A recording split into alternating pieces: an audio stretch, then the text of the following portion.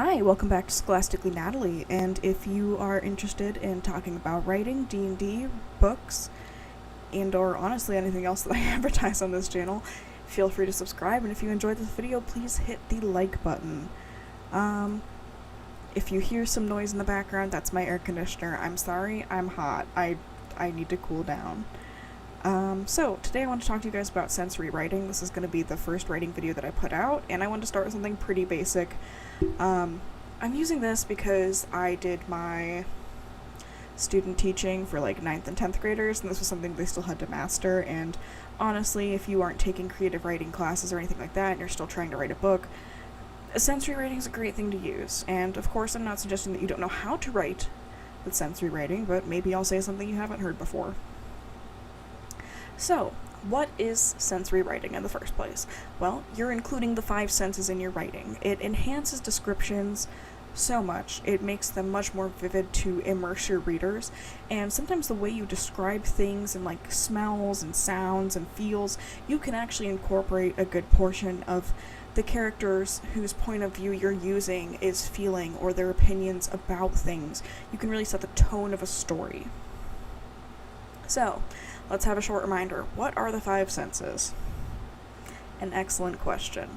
So, sound, smell, taste, touch. I said sound twice. I guess I don't know the 5 senses.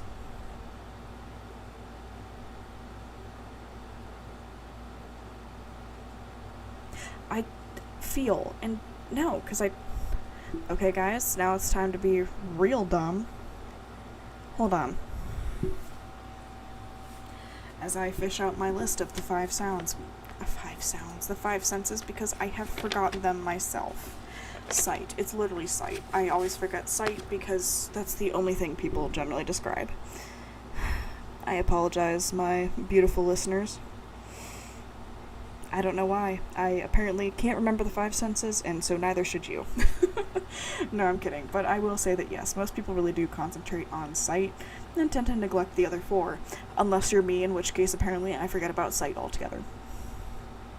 So, my next thought is, how can you bring that into writing? How can you incorporate it in a way that it seems natural and will add on to your story?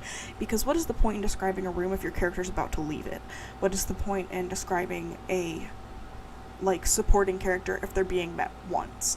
You don't need to go into a bunch of detail about that because it's not important. It doesn't move your plot. So, an easy way to get started with that is to picture the scene you are setting and then identify at least one key detail for the 5 senses. So if I want to describe my room, I'm going to talk about what color the walls are painted and what furniture I have in it. Those are easy things that you are going to see. But if I want to talk about what you're going to feel, maybe I'm going to mention that my walls have that kind of crackle paint, it's pebbled. Or maybe the feel of my sheets, because I have the kind that don't pill because they make my legs itch. And then if I want to talk about the smell, maybe I just sprayed perfume in here. Maybe it smells kind of citrusy. Or maybe my air conditioner's on and I haven't cleaned the filter in a hot second, so it smells a little bit musty. I'm not gonna lie, I really need to clean that filter. And then we're going to have hearing. So if my air conditioner's running, you're going to hear that really annoying background noise. If I've got my fan running, you're going to hear a slightly different, more high-pitched noise that sometimes rattles. And then if I don't have any of those on, you're probably going to hear the very quiet sounds of cars driving by, right? So, what you want to use them for is to, kind of separate them out. You don't always want to jump into a giant description of a room because that is not always helpful. And then you want to phrase them in ways that they bring some sort of emotion or some sort of additional important detail.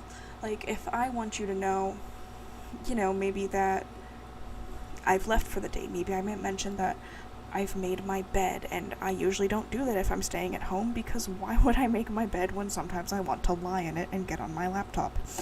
Or, that if I'm still at home, my salt lamp is still lit. Things like that. Things that will tell you additional details. Or maybe because I haven't cleaned my air filter in my poor little air conditioning unit in a while, you might want to imply that I'm lazy. Something along that lines. Or if your character is somebody who has some sort of emotion or memory tied to that specific smell, because your olfactory glands are a very large part of how you associate smells. Maybe they'll have some sort of flashback, or they'll think about how this room reminds them of their grandparents' house because they often didn't air that out and so it smelled a little bit musty. Something along those lines. So, what's a nice way to start this out? And I'm gonna be honest, I'm totally yanking part of this idea from my cooperating teacher. I apologize.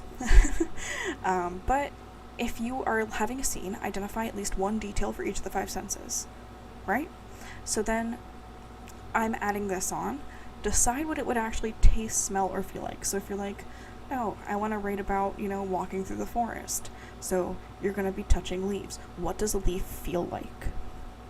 Sometimes they're kind of waxy because they're water resistant, so they feel kind of like those plastic coverings on a binder, right?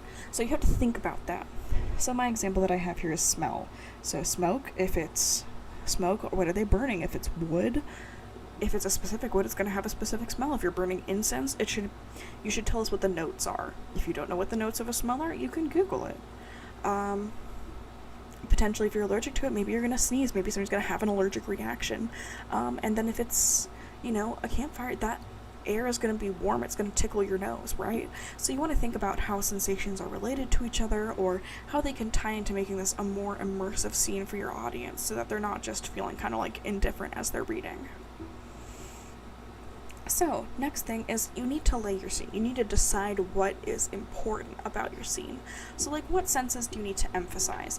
How do you want to make sure that we're going to be able to differentiate things? Because if you just start with an all-out launch describing a room, we don't need all of those details. We don't need to know them until they need to actually be in use. So if you're going to sit there and be like, oh yeah, my room's kind of small, and it's got a bed, and it's got a desk, and it's got a nightstand, and it's got a dresser, and a vanity, and a mirror, I'm going to be like, okay, cool, but why do I care?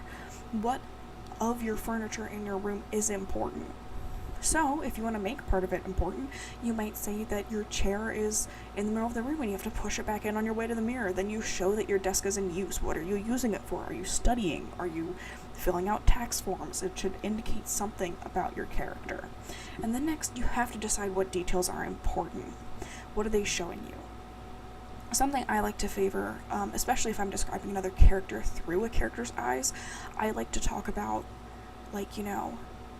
if their hair is really pretty, how they might feel about their hair. If their eyes are a certain color, what might they feel about their eyes? How does it make them feel? What emotion does it activate within them? So that instead of it just being, a physical description, you're understanding how my character feels about that character. And oftentimes if I'm describing like a side character, I'm only going to identify one main part of them. Because if you don't need to know, what they're wearing or like what they're carrying, then all you're going to need to know is that Josh has black hair and a big nose. And then guess what? Whenever I mention Josh again, you're going to know that he has black hair and a big nose because I'll probably mention it again. And then you don't need to think about him in any other connotation, right? So, I have an example of an exercise that, again, I did this for the student that I was student teaching with, like, at the beginning of last year. So what it was write a narrative about a day in your life as an animal or an insect. You had to pick one, and then use at least 2 senses for each sense, which I did go a bit above, but I wanted to create a cohesive narrative. So, I picked a fox, of course. If I find any issues while I'm writing, I will fix it and then explain to you why I'm fixing it, because I just typed this verbatim and tried not to read it as I was typing it. So, the day began as every other day did. A bright light broke through the tree I had nestled myself under to sleep. See, in this case, I don't need I had, because that makes this a passive verb, and passive verbs are far less interesting. So in my first sentence, I want to create an active verb that's going to grab your attention, or at the very least make it sound like something's currently happening. It wormed its way through the orange and red leaves, twining amongst tree roots to bathe me in its fiery gaze, as my russet fur began to warm. In case you don't know what russet is, it is literally the exact color of a fox. It's like that burnt orange reddish color. I stirred, whining as I missed the word sun. Whining as the sun insisted I move. I wanted to curl back into myself, nose under tail, and nurse my aching stomach. The memory of last night drifted to the forefront of my mind, nose twitching as I remembered the delicious smell I had caught emanating from behind a two-legger's den. In this case, I'm taking direct inspiration from Fireheart Warriors. There we go. I couldn't remember the word for a second. The Warriors writing, and how it was always, the two-legged folks or like the big metal monsters. Because again, if an animal doesn't know what you call it, you gotta make up another word.